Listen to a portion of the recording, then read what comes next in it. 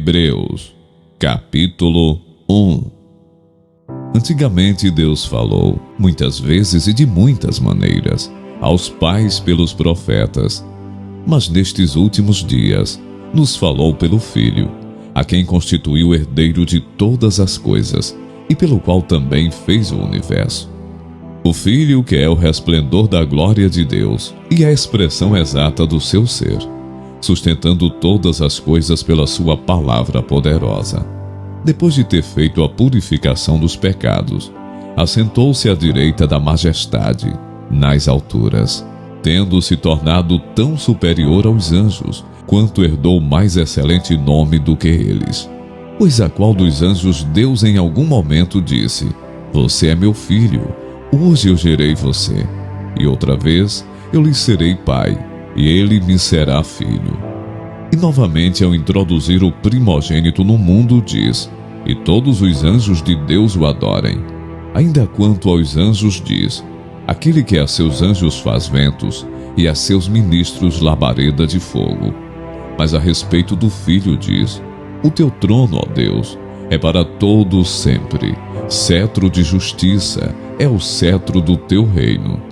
Amaste a justiça e odiaste a iniquidade. Por isso, Deus, o teu Deus, te ungiu com óleo de alegria, como a nenhum dos teus companheiros. Diz ainda: No princípio, Senhor, lançaste os fundamentos da terra, e os céus são obra das tuas mãos. Eles perecerão, mas tu permaneces. Todos eles envelhecerão como veste, como manto tu os enrolarás, e como roupas serão igualmente mudados. Tu, porém, és o mesmo, e os teus anos jamais terão fim. Ora, a qual dos anjos Deus em algum momento disse: Sente-se à minha direita, até que eu ponha os seus inimigos por estrado dos seus pés?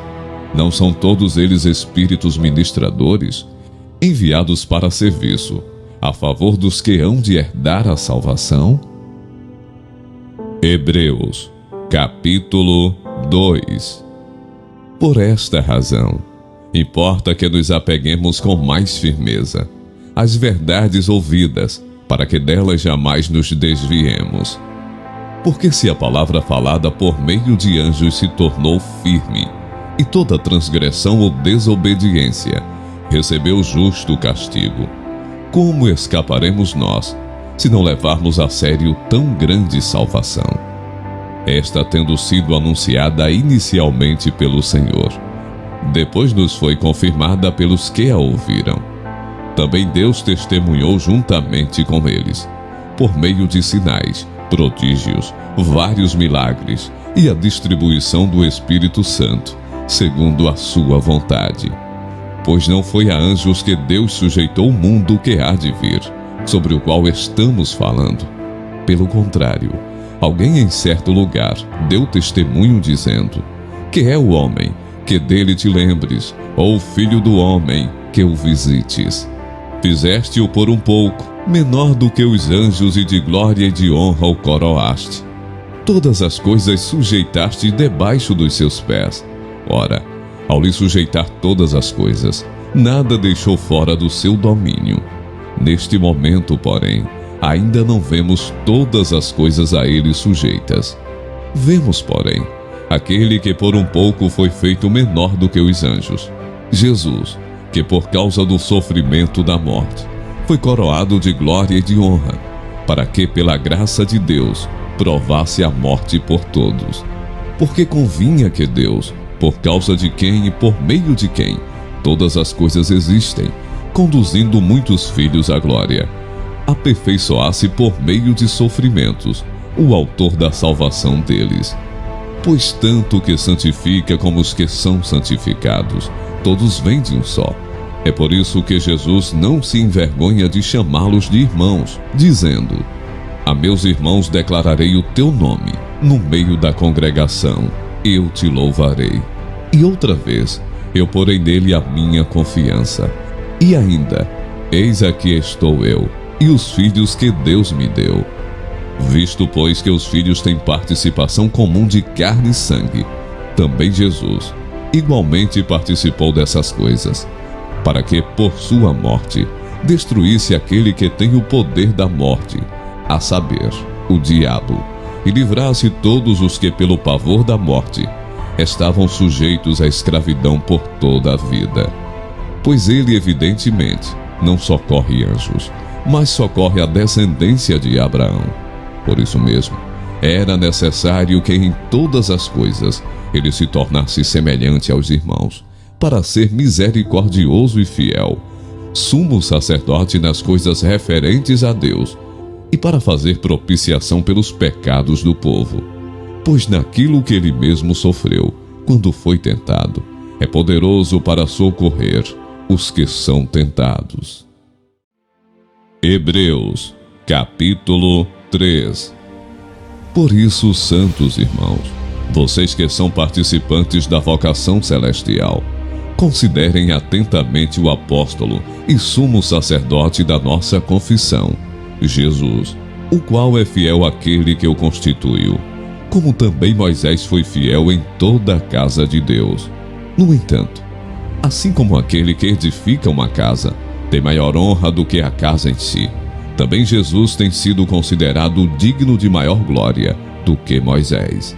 Pois toda a casa é edificada por alguém, mas aquele que edificou todas as coisas é Deus. E Moisés foi fiel em toda a casa de Deus como servo, para testemunho das coisas que haviam de ser anunciadas. Cristo, porém, como filho, é fiel em sua casa. Esta casa somos nós, se guardarmos firme a ousadia e a exultação da esperança.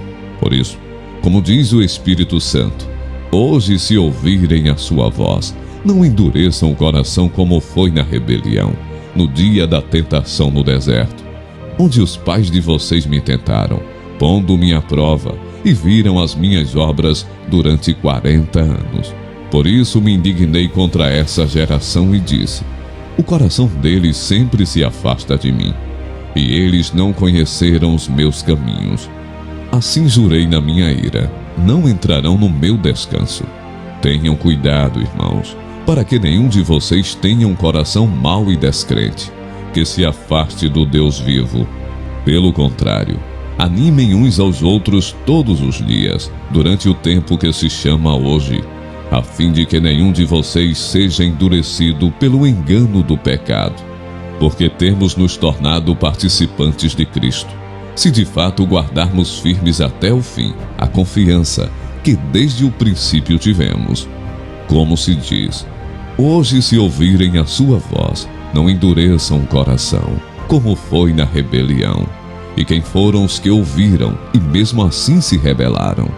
Não foram todos os que saíram do Egito por meio de Moisés? E contra quem Deus se indignou durante 40 anos? Não foi contra os que pecaram, cujos cadáveres caíram no deserto? E a quem jurou que não entrariam no seu descanso?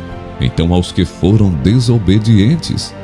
Assim vemos que não puderam entrar por causa da incredulidade.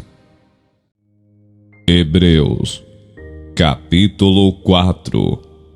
Portanto, vi que nos foi deixada a promessa de entrar no descanso de Deus.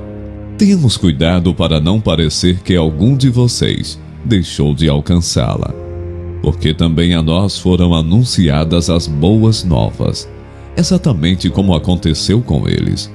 Mas a palavra que eles ouviram não lhes trouxe proveito, porque não foram unidos por meio da fé com aqueles que a ouviram. Nós, porém, que cremos, entramos no descanso, conforme Deus disse: assim jurei na minha ira, não entrarão no meu descanso. Ele disse isso, mesmo que as obras já estivessem concluídas desde a fundação do mundo, porque em certo lugar, assim disse a respeito do sétimo dia: no sétimo dia, Deus descansou de todas as obras que tinha feito. E novamente no mesmo lugar: não entrarão no meu descanso. Visto, portanto, que resta entrarem alguns naquele descanso, e que por causa da desobediência não entraram aqueles aos quais anteriormente foram anunciadas as boas novas. De novo, determina certo dia, hoje, falando por Davi, muito tempo depois, segundo antes tinha sido declarado. Hoje, se ouvirem a sua voz, não endureçam o coração. Ora, se Josué lhes tivesse dado descanso, não falaria posteriormente a respeito de outro dia. Portanto, resta um repouso sabático para o povo de Deus, porque aquele que entrou no descanso de Deus, também ele mesmo descansou de suas obras, como Deus descansou das suas. Portanto, esforcemo-nos por entrar naquele descanso, a fim de que ninguém caia, segundo aquele exemplo de desobediência. Porque a palavra de Deus é viva e eficaz, e mais cortante do que qualquer espada de 2 gumes, e penetra até o ponto de dividir alma e espírito, juntas e medulas, e é apta para julgar os pensamentos e propósitos do coração. E não há criatura que não seja manifesta na sua presença.